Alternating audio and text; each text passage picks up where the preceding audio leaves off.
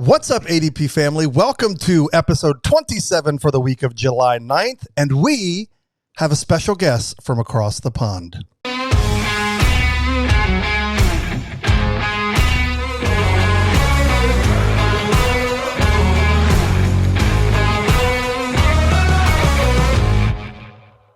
Everybody hopefully had a fantastic 4th of July. This gives me a perfect opportunity to introduce our guest from across the pond because they probably don't celebrate 4th of July. We got Tom here from Travel to the Magic, one of our other shows on our fantastic network, and he is in our neighborhood of shows. So, Tom, we are super happy to have you with us today. Go ahead and tell everybody who you are, a little bit about yourself. Well, howdy. I'm too British. I'm trying to be Americanized. So howdy, partner. Happy 4th of July to all Americans. We did sort of semi-celebrate it. It's not really our holiday, but we like to show some love. Yeah, that was a bitter loss, right? you guys took the L on that one. The years have passed. I'll use anyone's celebration to sell some Disney holidays, so it's good. So 4th of July packages for 2022 are out now. So hi, it's great to have both of you on the show. The last time I was here, it was just me and Dave. So Brandon, it's great to see you as well. That's right. Super jealous of where you live, right inside the magic. I will do. As soon as flights are there. Yes.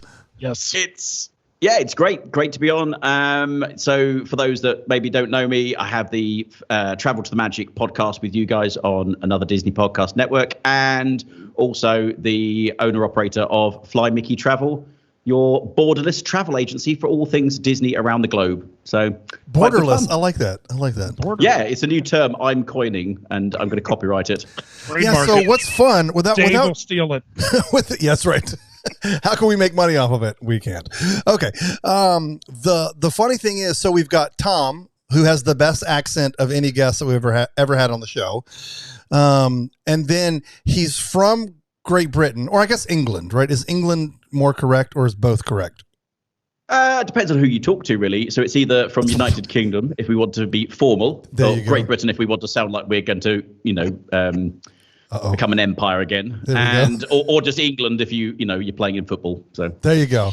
But you live in Spain. But yes, I'm continental. I live in Spain, so yes, I'm not going to get into that discussion. But I chose to live in the sunshine and enjoy my freedom. So, are you near? I mean, I guess all of Spain is near a body of water, but are you close to a body of water? Yeah. I live literally 5 minutes from the sea. So, it's literally just, in fact, if I look outside my front door, I live on a mountain. So I get to look down the mountain and straight out to the ocean in front of me, and like the marina and everything's down the front there, which is great. So, it's brilliant. I'm just minutes away from the sea. Don't get me wrong. Where Brandon lives is great, but if I had to pick forever, I would pick your view. Yeah, I'd pick the sea. I mean, we're like a 15-minute bike ride to the beach. Does that count? I guess. Not far. But we don't have mountains. Yeah, we're like 2.5 miles, but you got to stop for cars or you'll get run over. Tourists, Okay, so yeah, Tom is our proud sponsor of the ADP network of shows for our travel agent of choice. And I love that you said borderless, because that's so true, because your home base is obviously in Europe, but you book for people all over the globe, really, for all of the parks all over the globe. And of course, we all know that the Englanders certainly do love their Walt Disney World. Well, I guess all of Europe loves, sure they can hop on a train and go to Paris, but there's just something we know that's special to them about Disney World, and even some of them Disneyland, but that's a little bit longer of a flight. So, talk a little bit about all the different things that you book, just real quick. Plug, if you will, Fly Mickey Travel.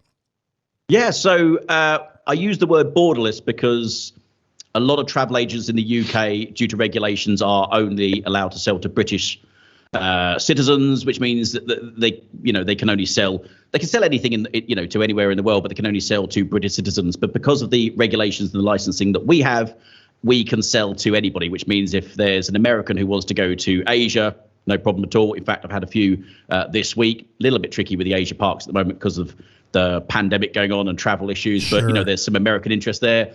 If we have somebody in Australia that wants to come to Paris, we can do that. So this is why I coined the phrase borderless, because it doesn't matter where you live in the world, we can make the magic happen for you wherever you want to go. And yeah, you're right. The British generally favour Walt Disney World. I think it's seen as the Disney resort, and they often don't see Paris as a real Disney, which is really upsetting because it's an amazing park. I love that park. It's an amazing resort, and it's growing. It's growing. They're spending billions on it at the moment. Yeah. And they do go to Disneyland as well. But funny enough, I think they look at Disneyland as being that Uber park to go to. Like it's the big event, when actually it can actually be cheaper to go to Disneyland in California. Well, I guess so, a bit longer. Yeah. But it can actually be cheaper doing that than going to Walt Disney World. The accommodation tends to be a bit cheaper in Anaheim than it will be on resort in Orlando. But I think it's because of the distance, because it seems so much further away, and not everybody talks about it all the time in the British circles. So it's kind of seen as that. And I am pushing the Asia parks more and more towards the British market because they never talk about it. And they are like some of the best parks. Oh, yeah. Bucket list for sure. Exactly. And the Chinese and the Japanese have no problem spending the money to improve their parks. When they know it doesn't work, they will throw the money at it to make it bigger and better and just more magical. Obviously, we get 5 cruise ships now as of next year, and 2 more due to arrive really, really soon. Don't know what they're going to be called. I don't even know what extra names they have in the bucket to pull out. Yeah, the stupendous. So obviously the sailings are still. I mean, I guess crippled is a good word to use, like at least stateside. But they're just now launching, right? The ones the kind of at home cruises that are all over the UK, right? Yeah, the UK staycation cruises are literally, we are a week and a bit away from the first sailing on the Disney Magic out of Liverpool. There is a bit of a technical hiccup because the UK was due to be releasing the final restrictions a couple of weeks ago. That didn't happen. Oh, no. And some of those restrictions would have allowed cruise ships, all cruise ships, not just the Disney ones, but all cruise ships to expand their capacity. So Disney had pre-booked people on the basis that capacity was going to be expanding. So, of course, that hasn't happened. And so some people have been receiving emails saying, really sorry, but because the UK government won't allow the extension of capacity, we are going to have to cut staterooms. Wow. But they're offering them extra sailings later in the year, and they're offering them, discounts off 2022 sailings and stuff like that as well. So it's disappointing, but it's not. How is there a rhyme or reason of how they're picking the people that get the cut? No, that's not being mentioned. I suspect, and this is going to sound awful, that they are going. I know what you're going to say. The inside lower class cabins. Sure, of course, because they're spending less money, of course. Yeah, exactly, and they're the ones less likely to spend more money on board either. So. I mean, that's fair. I mean, everybody that signs up for anything in this world, even pre-pandemic, when you sign and there's that little asterisk at the bottom, that's that 37 pages of all the lawyerese. I mean, it's all that stuff is in there. I mean, so they have the right to cancel the sailing at any time if they want to. And of course, with all of the pandemic stuff. So it's, I'm not surprised. I mean, it's disappointing, but I would imagine that it's just as disappointing to Disney, because certainly they didn't want to do that and then have to turn around, because that makes them look bad, regardless of whether it was their fault or not. I mean, it's still, it makes people angry with Disney, not the situation. Yeah. Yeah, definitely. People don't know. Go ahead, Tom. Yeah, sorry. People don't know who to get angry at, so they get angry at the easiest person, which is exactly. Disney. Sure. There's been a lot of confusion over these cruises to start with, so it's kind of just added on top. And then with the test sailing of the Disney Fantasy, I think it was due to go. Was it Disney Fantasy or the Disney Dream? I can't remember. Was due to do a test cruise now, and that's been delayed as well. So it's all a bit crazy, really. Yeah, and I mean, you would think a rational person would. Us being rational, we know that everybody in the world is not rational, but if you're going to book the very first cruise when they reopen cruises, part of you has to suspect maybe this won't happen. Like maybe this cruise is going to get delayed. So I can't be super angry if they send me that email that says, "Hey, we're going to have to bump you to a later cruise," it's not just happening with cruise ships. It happens at the parks. It happens, anywhere. I can't stay in the hotel room that I booked because it's not open yet. So, you would think rationality would take over, but unfortunately it does not. Well, we're humans. No, the current situation is crazy for it all as well. So that they may not even board because of the current regulations. So you may, if you're not double vaccinated by the time it's 2 weeks prior to your sailing, you're not boarding. Right. If you test negative before, the worst case scenario is arriving at the port, seeing the Disney magic right in front of you, and then being told, "Hey, it's positive." You may board. And it's not just you, it's your entire party. Right, so if one person tests positive, You're the out. whole lot don't board. Gosh, so it's a really awful. risky situation for a lot of people. So rationale should come into it. Yeah. So, Gives new meaning to don't ruin it for everybody. Yes, exactly. Okay, so Tom, I have a question that I am going to put you on the spot for. So I am going to maybe flex our muscle and see what you can do. Okay, so I am headed down with Matthew for the 50th. So we're going to arrive September 29, and I think we leave October 4. So we are staying at Movies. That was the one that we chose. It was the cheapest at the time, and so I was like, okay, book it. And it had plenty of availability. Well, the Palms, Brandon and his wife, I am super excited, surprised us, and they are staying on property and doing a full staycation for the entire time that we're there for the 50th. So they're off work and everything. But they booked Pop. And so here's my question. I would like to transfer our resort from All-Star Movies to Pop, but there isn't any availability. Are you one of those people, wink, wink, that is going to get, we'll know as soon as that becomes available? Well, let me zoom out here. I'm assuming that all of the resort is not open and fully booked by then. I'm assuming that what is currently open is booked. I could be wrong, and the resort could be fully open at least by then, and it could be fully booked come the dates that were there, because it is the top of the 50th celebration. So are you my best resource to get a text, email, phone call saying, hey, there are rooms open up at Pop. If you try to switch, you may get lucky? Yeah. On the spot. Here we go. I would stay where you are personally, but it's a tricky one this year because Disney have not been so forthcoming with information. Communication has not been, I guess, because a lot of admin staff are furloughed or just not operating in the way they would normally do. So we're finding out information a little bit later than we would normally do. Having said that, I'm on all the sites every single day checking dates and times and availability for all sorts of different stuff. And they've announced today that the New Orleans resorts are opening and more availability coming. So and that's one of the nicest resorts, I think, as well. So I'm so glad that's starting to open up. Animal Kingdom Lodge, obviously, is now on the market. So things are opening up. And I think as we get closer to the 50th, Disney World has been fantastic, I think, in showing how you just get on with life and you start building as the capacity builds. So I fully suspect that more capacity will become available.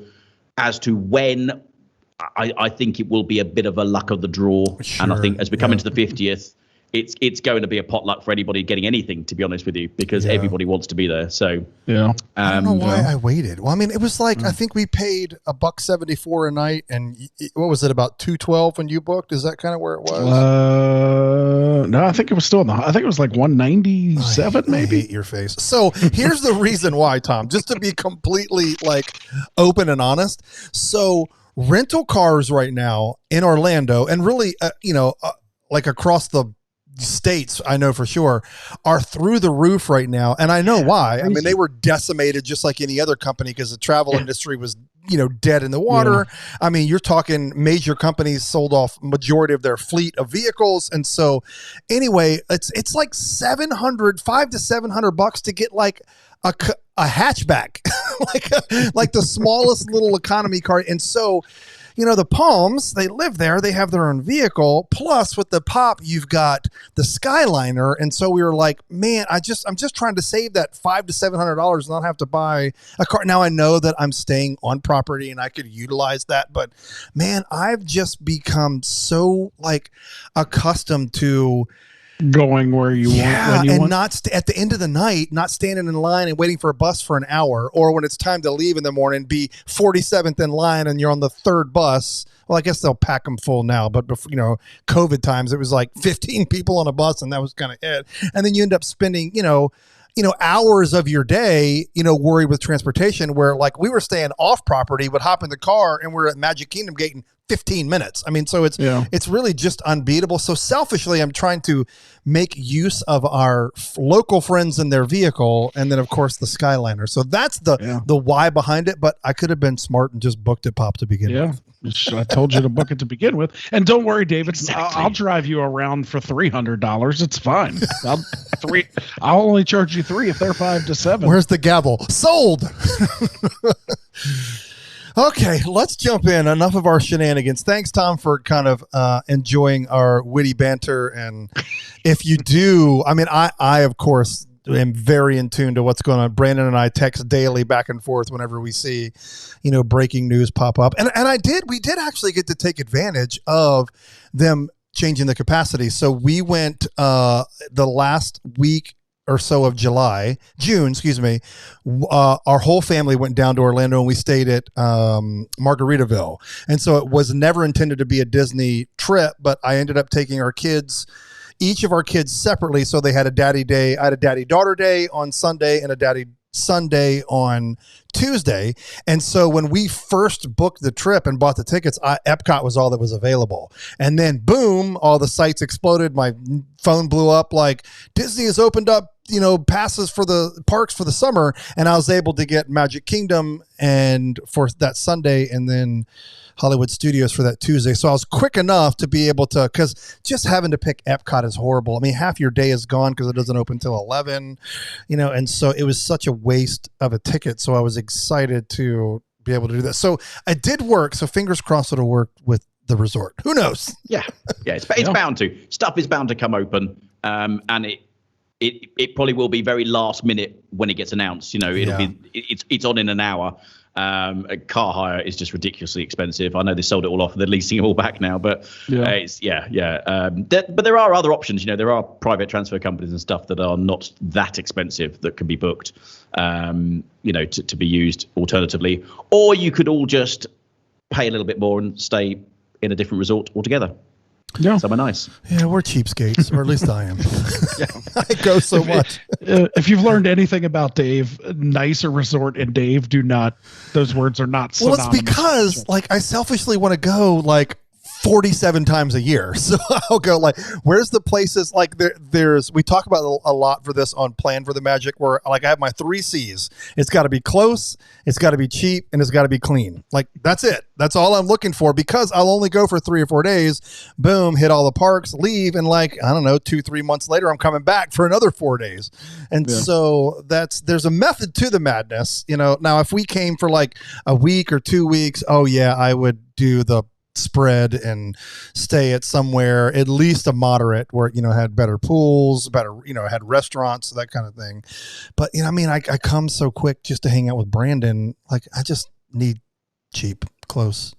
I would love to be one of those people with oodles amounts of money that can just automatically pick the top end of everything. Yes, I've got a client at the moment who's messaged me back, and I recommended the Riviera, and he's like, "Oh, that's nice. Let's extend it for 2 weeks, and I want business class flights." And it's the total at the moment is standing at $25,000 for 14 days. Moly. And that's a new car, and not an eyelid, not an eyelid battered at all. It's just that's fine. So that would be like 300 trips for Dave. Yeah, I could stay for the year. You probably could. Oh, I love it. Crazy. Different people in the world. So let's talk about the elephant in the room. So one of the reasons that we really wanted to have you on this week is we know that you being an annual pass holder for Disneyland Paris, which that has a whole new meaning that we'll talk about. But Yes. you got to go for the pass holder days, and then or you had, it was actually really quick. It was like a 24-hour like whirlwind trip. But we all know, like, unless you live under a rock or have been super busy, that Disneyland Paris this week announced their fast pass alternative, and it is, you'll have to help me because math and it's foreign currency. So here we go. I think it's $8 per person per ride when it's not peak time, and then 20 something euro per person per ride during peak times. You know, and of course you'll have to look at the map. I mean, the calendar to figure out when that works. I mean, so you're talking for a family of 4, that's pretty close to, well, that's over $100, but it's close to €100 for one attraction. That's not like for the day you get to fast pass everywhere. So what has the response been like in Europe? Because then over here it's been like, oh my gosh, is this what's coming to the American parks? The funny thing is, we always, I say we, because Disneyland Paris is my home park, we always had a version of paid fast passes. So you could have the free ones that you would generally need to go in during extra magic hours to go and get, because, you know, if you waited till park opening, till rope drop, the good times are gone and you're now looking at late afternoon by the time those tickets are available. And we were still old school. You still got the actual card, you know, had to go to the machine, scan your card to get another card, you know, nothing was on app. And then you could buy these ultra tickets that were quite expensive. And I'd never bought one myself because they started at like €199 for like a day to ride 5 rides. It was ridiculous, something like that. And I don't know anybody that bought it. I know people will do, because if you go on a Disney holiday and it may be your one holiday that year, or it may be your one time to go to Disney in the next 5 years, you probably will just go, oh, do you know what, buy it, we'll do it. You know, especially if there are rides that you haven't yet been able to do, you're just going to buy the tickets. But we always had those free ones. That was fine. People didn't mind that at all. Right. You had the single rider lines and you had the fast pass lines, which was fine. So there's always been a variation of a paid option available at Paris. With all the confusion with the reopening and the allocation of annual pass holders, which we'll come on to that in a minute as well, it's a whole other saga. This is just like another issue that's been kind of brought up. And we spoke about this earlier, that Disney's not been particularly forthcoming with information. Right. This wasn't released by Disney. This was released by third-party people. So they're inside ears, which is like Disney's influencer program, for want of a better word. Yeah. They are people that get information directly from Disney, and then they release it on their various social medias to other influencers, and it spreads. They released it. Oops. But there was no official news from Disney. So people were going, well, is this true? Is this not? I've seen on some American sites, people going, this is rubbish. This is not happening. It is happening. It's just, it wasn't announced by Disney directly. So it's €8 for the starter of the category. So that's for the tram from the parking lot. And it all, that's just a look at the cars. That's right. It's crazy. So and they haven't really said specific. So it's €8 to a sliding scale of €15 plus, dependent on time, date, category, ride, weather, mood. That's right. Oh my gosh, that's so true. And so people are now getting really irritated by it because they can't plan. They can't go, okay, well, we're going in August, so obviously it's going to be 15 quid a ride. Let's budget for that. They can't do it because it'll be decided on the day as to whether it's even in use. It might not even be in use that day if the capacity's not there. Oh, yeah.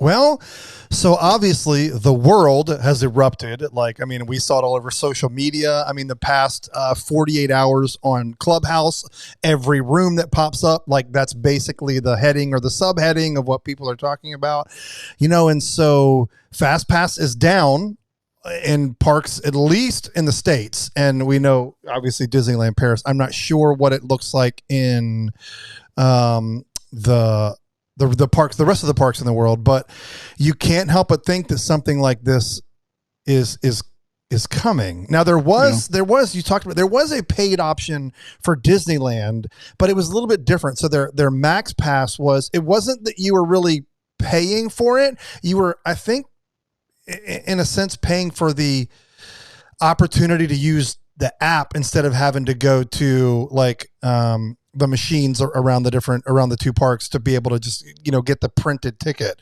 And so the last couple of times that I went, I actually took advantage of that because it was just so much easier. If you wanted to get, something in California Adventure and you're in the back of Magic, of Disneyland, it didn't make sense for you to hoof it all the way over there, And so I think it was $13 a day. I think it was that when it was in its existence. And so to me, that was a no brainer. And so something like that it's obvious, it's very affordable, but it's still free. That was a $13 convenience fee, for lack of a better term. Yeah. But to me, it was worth it just because, the convenience of the parks being literally just like Disneyland Paris, like across from each other, or in Paris, they're next to each other. But you just can't beat that convenience. But this is a whole different ballgame. And with fast passes not happening right now in Disneyland or Walt Disney World, you can't help but think that this is a picture of what's to come. Brandon, what do you speculate? Like, where did your head go when you heard this news? Well, when I first saw this, obviously you and I, like you said, we text every day, and I was like, I'm not paying $8 to ride Small World. Like, it's just not happening. But the more I thought about it, I think Disney World is going to do some form of this, but I think it's going to be like a flat fee, kind of like the Max Pass was. I think the world is, with the 4 parks, is just too big to manage changing. It's $8, it's $12, it's $15, it's this, the capacity's this, the capacity's that. That's just too much behind the scenes infrastructure work, I think, for Disney World. So I think that either it's all going to be a flat fee. Like, okay, if you want the paid Fast Pass service, it is $100 a person a day. You get X amount of Fast Passes, or there will be a different flat fee for each park, because obviously Epcot is going to, there's much fewer attractions at Epcot as opposed to the other ones. Right. So maybe the Epcot Fast Pass is only, $50 per person per day. But I feel like it's going to be a flat fee kind of add on to your daily ticket, as opposed to like nickel and diming people, per ride for Disney World. I just think it's too much to manage, I think. Tom, what do you think about the America parks? What do you think they would do in light of this news? Yeah, it's obviously there's a lot of controversy over in Disneyland itself at the moment due to the annual pass issues and complications with that as well. So this is kind of just adding another level to it. I think it's difficult to predict how these things can work whilst there's capacity limitations and stuff in place. And I think you're absolutely right. Walt Disney World is probably too vast to manage. It's too large a park, so it kind of needs its own system in place for that. And maybe they could integrate it into the ticket pricing so that before you arrive, you choose whether you have a standard ticket to the resorts, or you have a hopper ticket to the resorts, or you have a hopper plus ticket, which includes X amount of fast passes that can be used on any of the rides. They could put it into the pre-sales before you get there, as opposed to trying to work it out when you get in the parks. Disneyland Paris is ones I think they'll sell. I think they're like anything else. It's a bit like the Boo Bash tickets. Doesn't matter how high you make them, they still sell out, and they have to put more out. Right, yes. So people will buy it. People will spend the money. It's Disney. And I had this on our Clubhouse yesterday when people were saying, "Oh, this is just another example of Disney trying to rip us off." And I kind of said you have to understand that companies that have multi-trillions in the bank have got there because they have to spend multi-trillions to keep open. Yeah. And when they're closed, that money rapidly disappears. It's different to me and you, our electricity bills, are 50 quid a month or whatever. There's like 50 million, a month or whatever. So money is relative and it disappears really rapidly. So I don't blame them for trying to find ways to make money at the end of the day. And Fast Passes is a way to make money. And I think people spend an awful lot of money on merchandise and don't moan about that. So, what do you want, an extra mug or go on a ride? That's Brandon simple. knows me. I would pick the mug and the T-shirt. I'm the sucker for the merchandise. You definitely would. Okay, Yeah, so I would be the same. I don't think I'd buy them. I don't think I'd. There's no ride. I go enough of the time that if a ride is too busy for me to get on, I'll just go. Not to worry, I'll ride it next time. yes, You know, at some point this year, it's going to be quieter and I'll be able to get on it.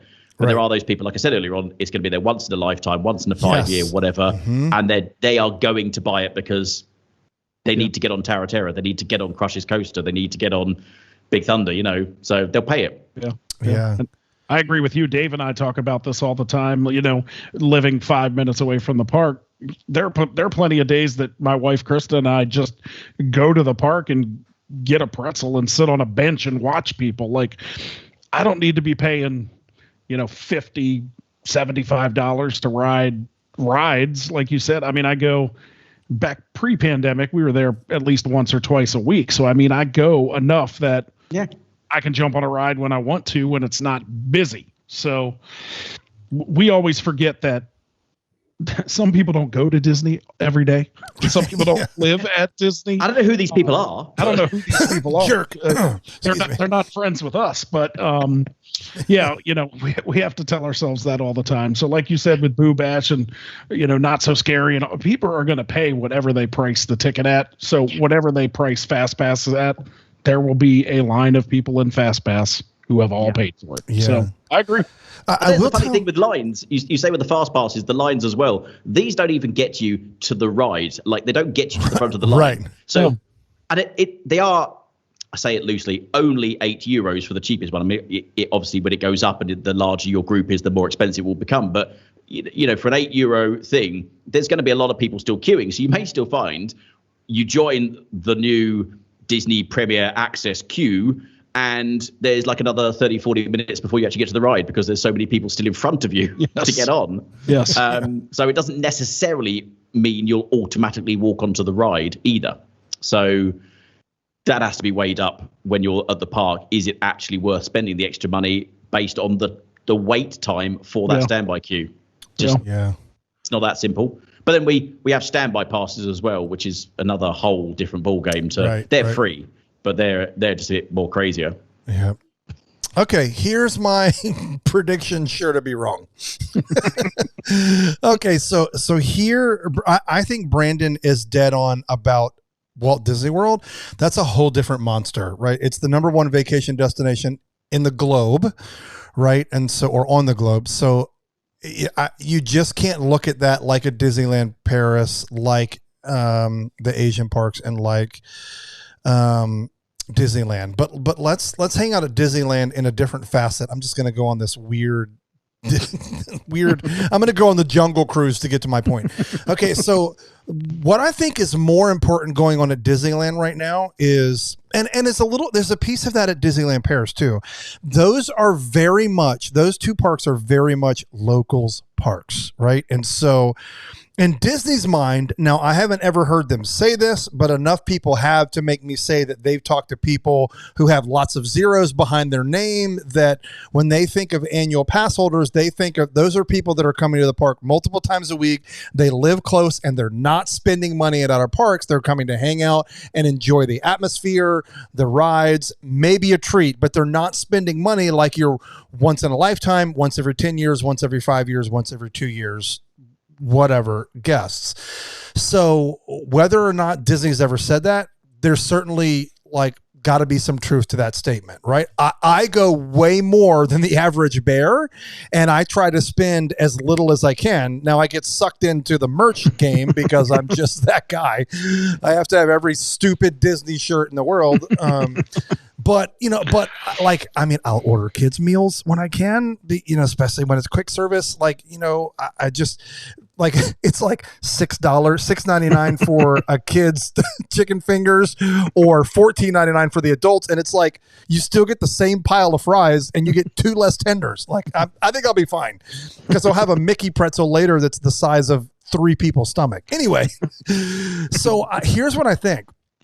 I think of the American parks, especially Disneyland, they're going to focus more on what this new annual pass program looks like, because that park especially Disneyland, is tiny. There are so many pinch points, and when you've got so many locals that were visiting that park, it is just a cluster to get around.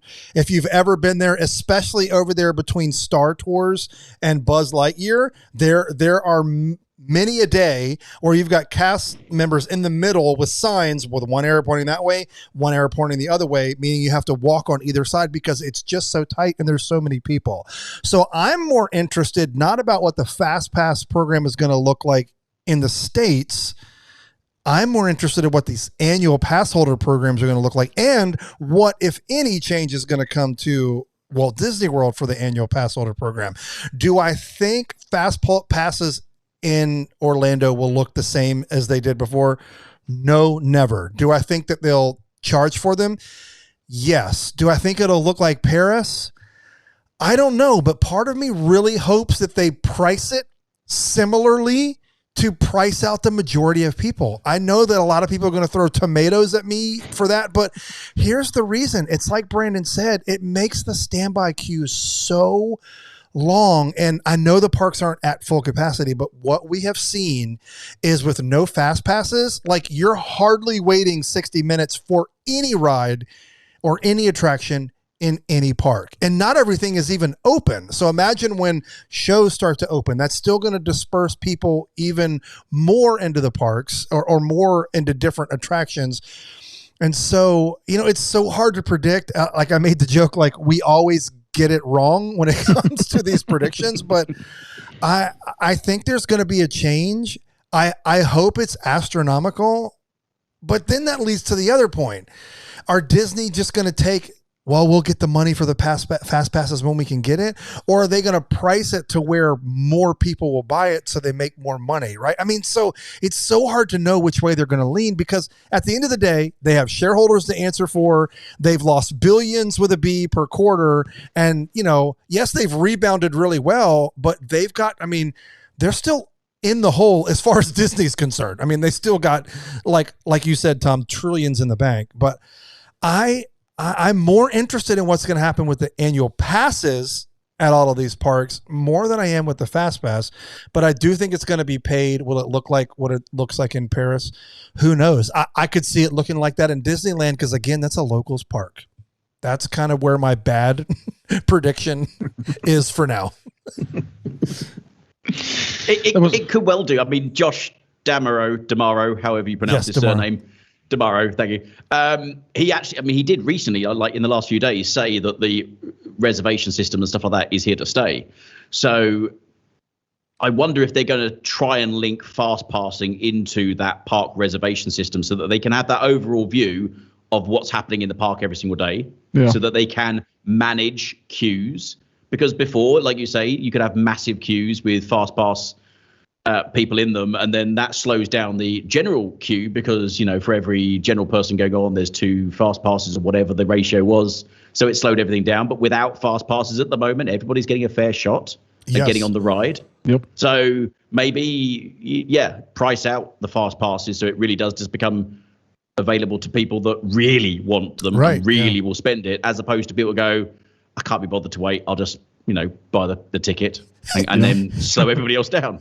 And you can't help but think, will it end up being more economical? Tom, you'll probably know about this more, but the guided tours that you can get at Walt Disney World, aren't they $600 an hour for up to 10 people? Brandon, do you know what the number is for these guided tours? Because regardless of the guided tour, what you do is you go right up the exit and and you ride the next ride. Like of all of the, I don't think it's every ride, but I'm pretty sure it's $600 an hour for up to like at some point you're like, gosh, if you got 10 of your best friends and you got a few $100s, you could spend a good half a day and get a custom tour of the park and like get on these rides pretty quickly. Yeah. I don't know what the prices are, but the guided tours they do have them in Paris, but they aren't really sort of publicized very well. I don't know why, because I think it'd be amazing. But if it's going to cost you 600 quid for this to go on a guided tour, or 600 quid just to get your standard passes. Get your friends together and enjoy the magic. That's right. But the problem with that is you have to buy the park ticket too. So it's park ticket plus $600 an hour. And I think it is. I think it is up to 10 people, and we see them walking around the parks all the time. And I mean, it is nice. It isn't every ride. I don't think you can get on. I don't think you go to the front of the line for Rise. The high ticket attractions. Right. I think you still have to wait in line. You go in the fast pass line for those.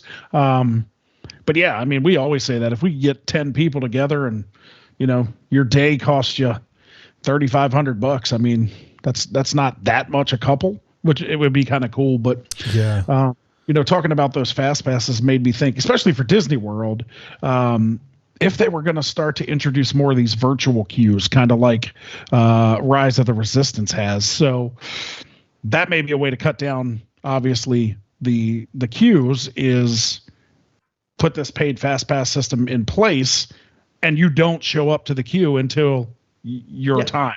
And then it built into the app. Obviously, there's for the high traffic attractions, there's a virtual queue as well. So that keeps people dispersed out of parks or in the parks, keeps people out of line, and then allows those paid fast passes the ability to kind of just not wait for 40 minutes in line for a fast pass that you paid. Right.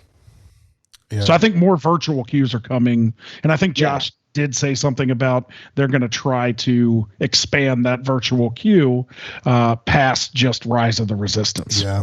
I don't know why they don't use it for more rides, because it is a great system. It does disperse people around the park, and you could have a paid tier for the virtual queue. So join, the standard queue is free, but you get a later boarding group, or you pay and you get an earlier boarding group, and they can amalgamate that kind of thing together. They got the technology.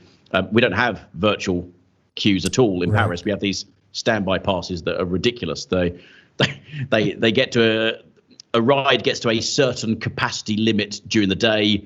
They then switch off the general queue. You can't join the general queue anymore. It goes to standby pass via the app. And then you basically get a notification to say you have 30 minutes to get to the ride to join the general queue. And that could still be another 120 minutes before you get to the actual ride. So it's actually not a benefit. It doesn't get you closer. It just goes, we've shut the queue and we're just saying you can join it now. But you're not getting any closer. You're not getting Come on into the madness. So please run over here. Run over here in 4 minutes so you can wait for 3 hours. Yeah, exactly. It's just crazy. So, and once they switch the standby pass on, that's on for the whole day. So even if the general queue drops, you're still in standby all day. Yeah. Wow. So, that's crazy. Well, I mean, there were lots of other cool things to talk about this week, but that was obviously the cream of the crop when it comes to what everybody wanted to talk about when it came to Disney. So, I mean, all we can do is wait, right? I mean, I think most of the Disney fanatics are in agreement that whatever changes are coming to annual passes at whatever parks, we're all guessing that we're going to see that sometime before fiscal 2022, which is October 1, which coincides randomly with the start of Walt Disney World's 50th. But that's just when they reset their fiscal year. I'm guessing sometime late summer, late August, maybe early September, we're going to know what that looks like for Disneyland. And then I would imagine Disneyland Paris. Of course, Disneyland Paris has paved the way with fast passes. Maybe they'll unleash the annual pass program first over there. Who knows? They have. They announced last week that the annual pass program is back. Is it? On the 5th? Yeah, 15th of this month, they're back on sale. With no changes. With no changes at this time. Really? They are still $4.99 for the Infinity Pass, and then down from there.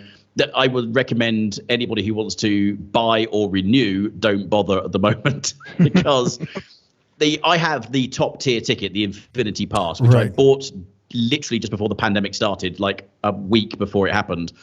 So the first time I got to use it was when I went for the reopening a couple of weeks ago, and it's been extended now until 2022. So it's great. I've got like another year to go and use it, which is fine. But the problem is, all the benefits of the top tier annual pass is no longer available. So I don't get the premium access to the nighttime show. We don't have a nighttime show. Oh, no. I don't get the premium access to the parade. We don't have a parade. The private entrance at the moment is great. You can use the private entrance, but you can't use the car park because it's not there anymore. There's and so that's we're going limited well. to 3 days. Yeah, exactly. And Seems like a very good investment. Yeah, it was great. It was great at the time, like with all these extra stuff. It was worth it for the hotel discounts and all this kind of stuff. But now you got that limitation of 3 days only to hold at any one time. Right. You can't even plan. And I've got a pass that allows me 365 days access to the park that I can only book 3 days in advance for. Yeah, I'm with you. I'm with you. Obviously that's the same as it is in Disney World. You're able to skirt around it a little bit. Like we're going to stay on property for the 50th, so I was able to book passes for our hotel stay, so I can have 3 plus that. But it's always a game. Like when Dave comes down, I'm like, well, I can't plan too far ahead to try to be with Dave because then I can't go to the park in the month before Dave gets here. So it's super frustrating. Like Dave and I have talked about a lot. I feel like when we get more towards normal capacity, the reservation system's going to stay. That's not going anywhere. But I don't think there's going to be that much trouble getting a reservation to a park. Parks never hit capacity before, except for the major holidays, New Year's and 4th of July and things like that. So I don't think it's going to be a huge problem to just wake up that day and say, I want to go to Magic Kingdom and get a pass. I'm hoping at least. But it's rare for the capacity park. So once they're back at capacity, same with Paris, they have a couple of days a year that it hits capacity. But the rest of the time round, it's once we're back to full occupancy, then it won't be a problem with the reservation system. And I don't have a problem with getting your tickets. And if you're staying on site, you get them thrown in anyway. You get your magic pass at the hotel that just gets you in. So it's kind of a loophole. It's not actually written into the hotel thing. It's just people have realized that if you are booking a hotel, you get a separate card to get into the parks, and that's what they scan. So interesting. Okay. So you have your annual pass that you can use for your discounts and all that other stuff. But actually at the gate, they just scan your magic pass, which is your hotel key. So really, you don't need to show your annual pass because as far as the park is concerned, you are staying at the hotel, which gives you access to the park automatically. Yeah. So it's a bit of a loophole, but it works. It works. Yeah. So Brandon, it's funny that Tom unpacked his top tier pass and all of the benefits that are gone. Now you guys had the top tier pass for Walt Disney World, not the 2-park pass. Yeah. And when you went to renew, you couldn't renew to that, right? Talk a little bit about that. Yeah. So last year we had the Platinum Plus pass, which is 365 access to all parks plus access to the water parks. We never went to the water parks, but we had the pass to go there. So we renewed our passes last year, literally 5 days before the park shut down. So we renewed, we got 4 months added on to the end of our passes. So they were supposed to go in March. We were supposed to renew them this year. It got extended, so we couldn't renew them till June. So we called, obviously, to renew. We said, hey, we want to renew our Platinum Plus. And they said, sorry, the water park option is no longer there. As we talked about last week, Typhoon Lagoon is deserted. It looks like it's full of ecto cooler. The water is disgusting. And there was, I think I saw online this week, there was some sort of mountain collapse or rock slide in the park. So I don't know when that is ever going to open. It's like Jurassic Park and the dinosaurs have taken over. So who knows when that'll come back. But yeah, we were not allowed to renew at Platinum Plus. We could only do the Platinum Pass, which is still 365, no blackouts, only 3 days. Yeah. So crazy. Interesting all around. I mean, you can't feel sorry for Disney. I'm sorry. Like, I know that they suffered a rough quarter in the grand scheme of their lifetime. I think they're going to be just fine. But what's frustrating to me as the consumer, right, of the one who's buying the product is, like, they've been wanting to do some of these things for years, and there really wasn't a good way for them to make these changes or unfold these plans that they've been kind of scheming in the background all these years. And the pandemic hit, and it's like, perfect timing. And so like, it's kind of a bummer, but that some of these things were going to come at some point. I mean, especially when I think of Disneyland, like there were days that you could go there and it was just miserable. You couldn't move. The pinch points were like just awful walking around that park. And so, what are you going to do? What can Disney do, in a normal world, and so everything changes, everything shuts down. They drop the annual pass. And so when that comes back, it's going to look a lot different for the locals there. I wonder even if you buy an annual pass, if it'll even be 365. You can't have, or if it is, it's going to be like $5,000 a year.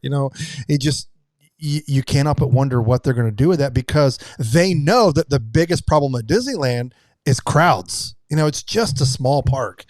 And so I'm so curious, but also at the same time as being a WDW pass holder, nervous as to just how high, because we've talked about this before, this next price hike, assuming that nothing's going to change and they're just going to do a price hike, it is not going to be your typical incremental price. I would expect anywhere from $1,500 to $2,000 for the pass that I have now, which is just the 4-park 365. I could be wrong. I think the last time I bought this pass, the renewal price was $1,200-ish. I think. I don't remember. But it's not going to be like $150 more next time I go to renew.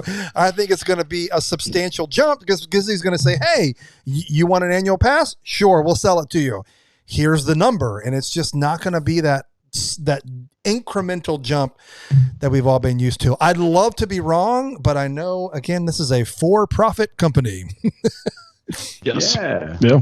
I wouldn't mind if there was more attached to the annual pass, more benefits, like the fast passes. Add some fast passes. I'll pay an extra couple €100 for that, because you even if it's one a day, for your time that was there. But they're reopening it, knowing full well that they haven't got all the facilities available, all the options available, and the discount on the food is not that great. I think it's 15%. You get a handful of privileged tickets that you can book for fans, for friends and family, but they aren't releasing too far ahead. It's like a month and a half at the moment. So I know people are desperate to book privileged tickets, but they're not releasing those dates. So you can't plan for anything. The annual passes are not the big puller they should be at the moment. But if they want to increase the prices, I have no problem with that if there's stuff to go with it. Yeah. If there's stuff to it that makes it worth it. Yeah. I wish they had those. I wish they had those privileged tickets at Disney World. I know. I mean, why? I mean, even SeaWorld, which was voted the #1 amusement park in the country somehow. Lies. Sure. That is all lies. What was that by Bubba's? Like, is it like Bubba's website on voting for theme parks? I think they surveyed the parking attendants and then it just went with that. But I mean, SeaWorld, with our annual passes we used to have there, we got 6 guest tickets. For the year. And I mean, we didn't even have to pay for them. They were just included in our pass. So you just went to the kiosk, selected a guest ticket, it printed out, and your guest went in with you. So, I mean, I wish they would allow friends and family tickets, maybe, I mean, even if it was like a 25% discount. Yeah, that's what I was going to say. Pass, like it would be amazing, but maybe with a more expensive pass, they'll include something like that. Like being the Disney idiot in my family, I'm the only one with an annual pass. It would be nice, like when I bring my kids, like that I can get like 20% off, like even 10%, like 10, because like, what is the adult price? It's like this, and the kid price 10 and under is like $6 less. It's like, what is the point? It's not a huge difference at all. No, it's crazy. I agree. Yeah, it wouldn't cost $1,200 to take your family to Disney for 2 days. For 2 days. Okay, I don't want to go down that rabbit hole. Okay, let's play a game with Tom. Tom, how's that? You up for a game? I'm up for a game. Let's do this. Game time. That's right, everybody. It has been a while since we played this game on Another Disney Podcast. It is one of our favorites, and today we are hanging out in the park of Epcot. If you don't know, or if it's your first time listening to the show, this is the premise of Pick One. We're going to name 3 things. This time it's going to be 3 attractions in Epcot. You have to pick one of those attractions that stays forever. The other 2 are gone. Finished, finito. Put a Starbucks where they are.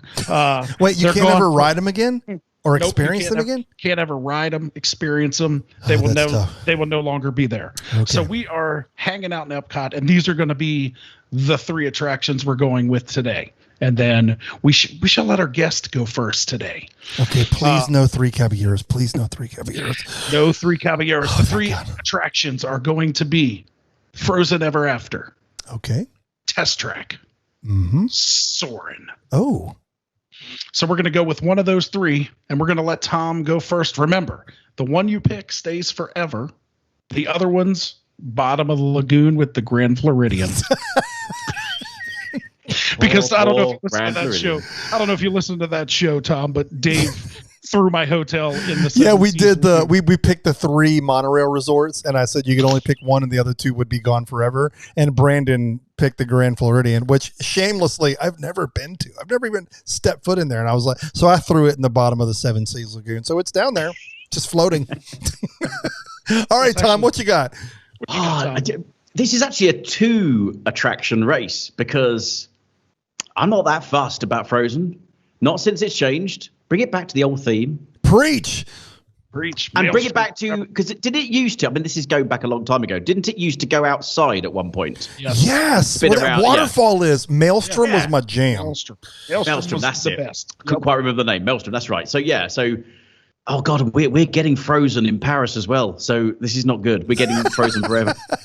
Well, if you throw it away forever, they can't bring it to Paris. They can't do it. That's good. So we're actually down to 2. I don't. Frozen, I'm not fussed. So bye Elsa. See, now is Test Track now back fully operational again? You can do all the really cool stuff at the beginning where you can design your car and all that. Is that not back yet? I don't think. I haven't been on it in a month or so. I don't think you can still design the cars. I still think it's no touchy. I think that's still no touchy. Just go up the line. So we're going to assume that it's fully operational. Yeah, we'll assume that it's fully operational. Yeah. See, now, wouldn't it be really cool if Soarin' had something like that at the beginning that you could pick what the show scenes were you could be flying through and all that kind of stuff right at the beginning? Design your own thing. Look, Tom, this is not Reimagine Europe. We're doing Pick One here. That's a whole different show. I guess we have to have you on for that. That's a different show. I think that but I do want to say, here's what I would pick if we did that. I would want to pick my ride vehicle for Soarin'. Yeah. I want to design my own balloon. That would be so cool. No, I think this is probably out of the 2. I think Soarin' is a genius bit of engineering, Imagineering in the way it was designed. I've watched the documentary with the guy who explains how he created out of Meccano and all this kind of stuff. It's a brilliant idea, but it just doesn't have enough that Test Track provides, and Test Track is probably like a way cooler version of Autopia, which I hate Autopia. Yes. So Test Track, I'm sticking with that. I will ditch Frozen and Soarin' and stick with Test Track forever. Yeah, I'm quite happy with that. Yeah, I'm quite Poor happy. Norway. Norway just has a gaping hole in the back. There's just nothing happening there. I guess they'll put a restaurant, maybe. I don't know. Yeah. We'll have to reimagine that now. That would have won. If it was still the original theme, it would have won. I would have picked Maelstrom. Maelstrom, sorry, yeah. Maelstrom beats everything. I agree. Yeah. I agree. I mean, I made up the game, and I'm having problems deciding which one. We've talked about this before. I think Frozen is out. It's way too short. It's just, it's got great engineering. It's got great animatronics in it. And I think that was the first ride with those new updated animatronics. So, it's cool, but it's over. The queue is nice. The queue is nice. If the attraction was just walking through the queue to buy something from Oaken's Trading Post, that might be a cool. Yoo-hoo. I could get a yoo-hoo from Oaken's Trading Post. Yeah. So yeah, Frozen Ever After is out. Soarin', I mean, I love Soarin'. I don't love the new version of Soarin'. It's too fake for me. It looks too fake. It looks too computer generated. And unless you're in row B1, it's all curvy. You know, the Eiffel Tower looks like this, which is it's got its weird. lean on. I mean, you should be, if you're going to design a ride, I understand that it's got to be like designed like that to give the full effect, but like, why should the person in C3 have a worse experience than the person in B1? Great like question. We both paid $15 for this fast pass. I don't want my Eiffel Tower. That's right. Thank you. So They better be B1. It better. I mean, if I pay $15, I better sit in B1 every time. That's right. That's just how. Maybe that's how they're going to do it. Maybe they'll be like $8 for C, and then $10 for. I would be getting my money back. Yeah, exactly. So goodbye, Soren. I agree with Tom. I'm going to keep Test Track. I love this ride. It's fun. When you get to design your car, even though I always design the worst car in the history of cars, I'm last in everything every time. I still go 64.9 miles an hour when we go around the curve. So it's my favorite. It's my favorite ride. I don't get to ride it very often because every time without fail that I get in line, there is a thunderstorm and it shuts down. So hopefully if we get rid of the other two, that's the only thing that is there to ride, and I'll be able to ride it. Test Track forever. Nice. Wow, man. I guess we're going to go for the trifecta here. I feel like we threw a softball out there and like we all went with the same one. Not so fast, people. Okay. My first one to go is 100% Test Track. First of all, I can't remember the last time that I rode it. Why? Why, you ask? Thunderstorms, breaks down, breaks down, breaks down, breaks down, breaks down, breaks down, breaks down, breaks down, breaks down.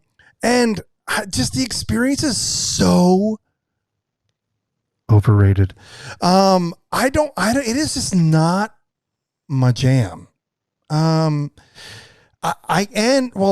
fourthly, like even during the pandemic, it's never shorter than 75 minutes. Like, remember, like, so one of the last times I was there, maybe it was 2 trips ago, gosh, this year, that we went to Joffrey's, which was right outside of the temporary mouse gears. And we got like a frozen beverage and I got a donut that was the size of my face. And we sat there like, and so we sat there like the last hour of the park, and we got up to leave, and it was still like a 65-minute wait, like at the end of the night. So first of all, like if you're a cast member that works that ride, that stinks. Anyway. Okay. So that one's gone. I didn't say why I like Frozen. Yeah. I mean, it's not my jam. Soarin'. Yeah. Super fake, but I'm just not, I don't know. There's just something cool about Soarin', like because it's like the smells. It's kind of like that 4D experience. Wait, you're not wearing glasses, so that doesn't make any sense. But yeah, I don't know. I've always just I love the design behind that ride. It's just so brilliant how they thought about that and how he like lifts you up and goes. But yeah, I'm still a fan of the Soarin' Over California OG version. And you know, like because I guess when I ride Frozen, I'm remembering all of Maelstrom. So I guess that's what I'm just holding on to a dream. But yeah, like I would love to pick Test Track, but for the 14 reasons that I just listed, I'm just like, I don't know. So I'm going to go against the grain on this one. Big shock. So, I was worried you were going to throw a pity vote for Frozen. I was really worried. You were going to go, you were going to go pity down the road there for Frozen. No. Off we go. All right, gentlemen. Is that our episode this week? I feel like it is. I feel like it is. Brandon, why don't you tell our faithful friends where they can find us before we pass it off to Tom? Yeah, for sure. Our faithful friends, we thank you for listening. And if you want to find us on the social media and the interwebs. You can check us out on Facebook and Instagram at Another Disney Podcast. You can find us on Twitter at Another Diz Podcast. You can check out our YouTube channel, youtube.com/Another Disney Podcast. There you will find all of our channels with all of our great shows, including Tom's. And then you can also check out our website, anotherDisneyPodcast.com. There you will find all of our merchandise, links to all of our shows. Check it out. We hope to see you there. Yes. Tom, and of course, where can our faithful friends find you? Oh, on everything. We're on everything. all social media is Fly Mickey Travel. That's it, on everything. And if you want to go to our website, it's flymickey.com. Real simple.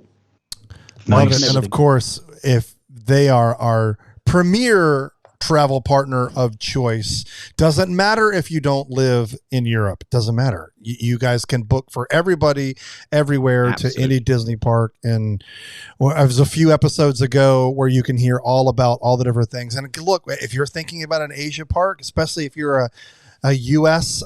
patron and you have saved up your I call it free government money, but we're going to pay it back at some point. But if you've got some of those stimulus checks that you just packed away for a special vacation, like, contact Tom and his team. They would love to set you up with the vacation dream that you've been waiting for. And maybe I personally, selfish, I've never been on a Disney cruise. I kind of want to just save that away and see if we can do that at some point. I feel like that's a vacation that my wife will actually, I feel like we'll never see our kids, and that's a good thing, right? Because Disney has great programs on the boats for the kids that she'll actually get a vacation. I don't know if she'll want to hang out with me, but whatever. Yeah, dude, the Wish is out. You've got the Wish. It's out next year. Yeah. Massive itineraries. Caribbean, Star Wars, Day at Sea, Marvel Day at Sea. Gosh, they got them all. You got them all. Yeah, you've got them all. And you'll never see your kids, and your wife will be happy lazing on the beach at the Castaway Key. Done. Tom, thanks so much for coming on this week. We're so thankful that you're partnering with us. We love your show. Please tune in and listen to Travel to the Magic. It's such an insight, especially as the world is finally getting back to traveling. So check out Tom's show. Him and his team do a great job. And please book your travel to your world Disney vacation destination of choice. We'll see you guys next week. See you guys next week.